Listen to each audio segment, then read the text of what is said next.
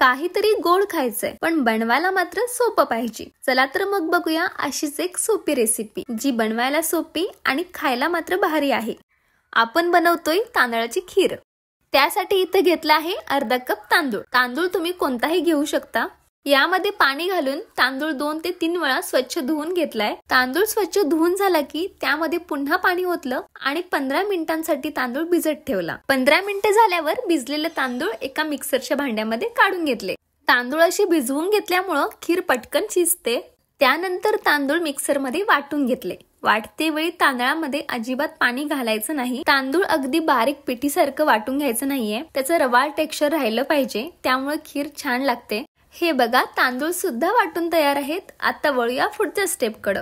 आता पुढे काय केलं, गॅस चालू केला आणि त्यावरती कढई ठेवली। कढईत टाकलं 2 चमचे तूप। तूप गरम झाल्यावर टाकले वाटून घेतलेले तांदूळ। आता हे तांदूळ मध्यम आचेवरती 4 मिनिटांसाठी परतून घ्यायचे।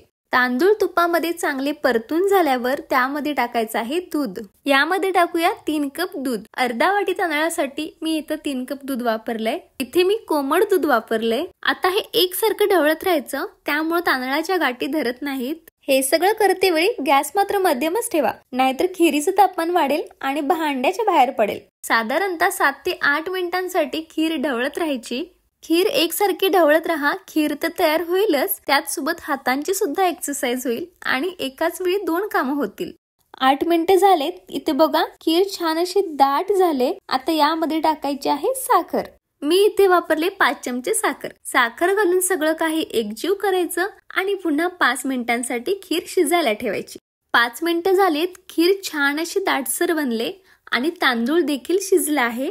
आता वेळ आली यामध्ये सुकामेवा टाकायची। यामध्ये टाकला आहे 2 चमचे बारीक चिरलेला पिस्ता।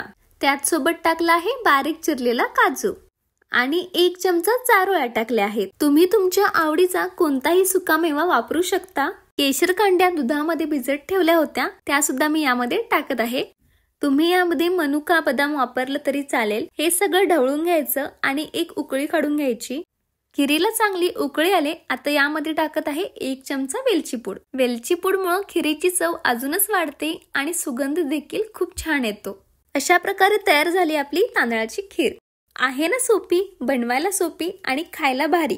तुम्हाला व्हिडिओ आवडला का? व्हिडिओ आवडला असेल तर व्हिडिओला लाईक करा आणि शेअर सुद्धा करा। आणि हो, जर तुम्ही नवीन असाल तर चॅनलला सबस्क्राईब नक्की करा।